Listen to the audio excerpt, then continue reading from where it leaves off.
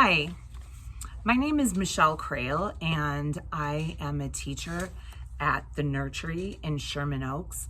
I've been in early childhood for over 20 years now, and I'm a mentor teacher at LA Mission College, where I have been a mentor through the California Early Childhood Mentor Program for almost 19 years. I think I'm in my 19th year right now with the program.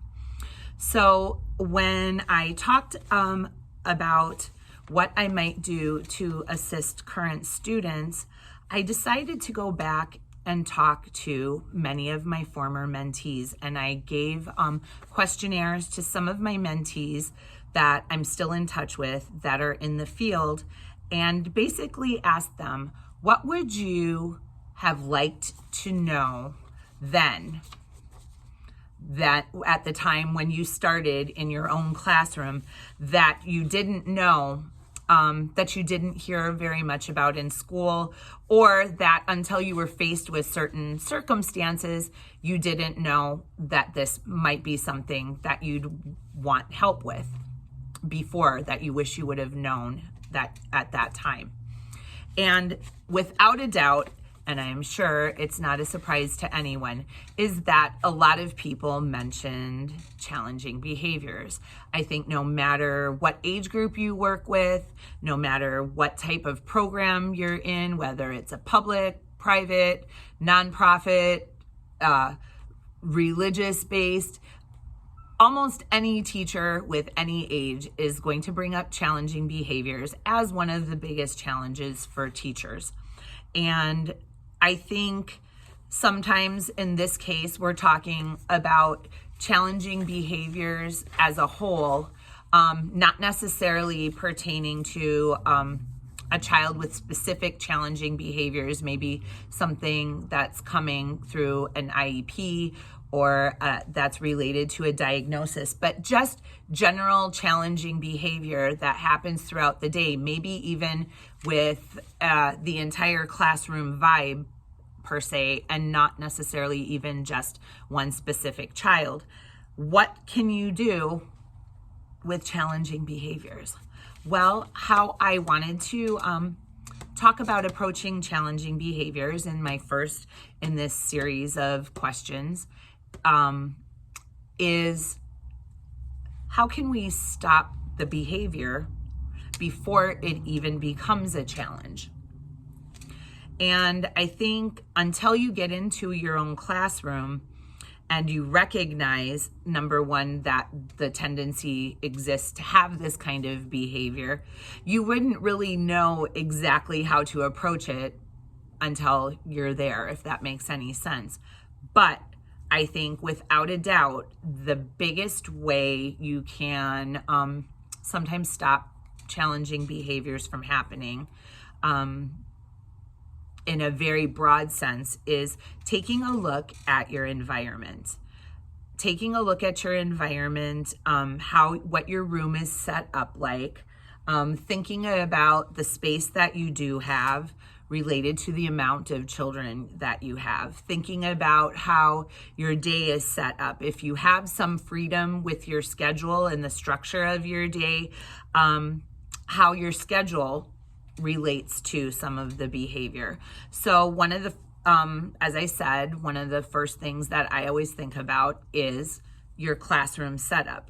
Do you have a lot of wide open space in your classroom? Because sometimes wide open space gives a tendency to have children get in that wide open space and have a lot of active play. I see sometimes when I visited classrooms, particularly with very young children, if there's a wide open space in the middle, it can be great because you can do a lot of movement in that space. You maybe do dancing or music and movement in that space. May even be the space that you sit down on your carpet for your circle time or your meeting time. But then I've asked, is it necessary to leave the space wide open during the entire time? Because sometimes just putting a table or a shelf or a divider in that area when it's not being used as a wide open space may slow down some of the active behavior in the classroom. that's going on at that time. Also, sometimes if there's not a wide open space in the middle of the room, sometimes the outside of a room almost becomes a racetrack.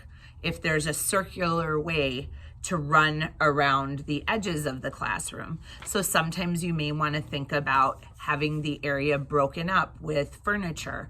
And I know we talk about having our quiet spaces not necessarily near our louder active spaces, but sometimes in a more space challenge program, which I definitely had a space challenge classroom prior to the room that I'm in now, which is a kindergarten classroom. I had to think about where children would be during different parts of the day.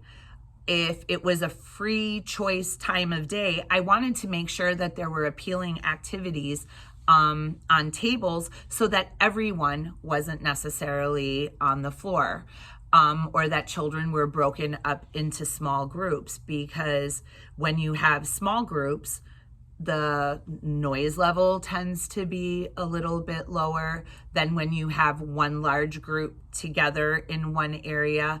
And also, I think when you're in a classroom that's very, very large, sometimes it tends to have, depending on what kind of building you're in, the acoustics, it can get very, very noisy. It makes it hard for some children to concentrate, even if they are in a quiet area, because it can get very loud. So thinking about the setup of your classroom, I think, is definitely one way to face some challenging behaviors. Then you can also, as I mentioned, think about your schedule.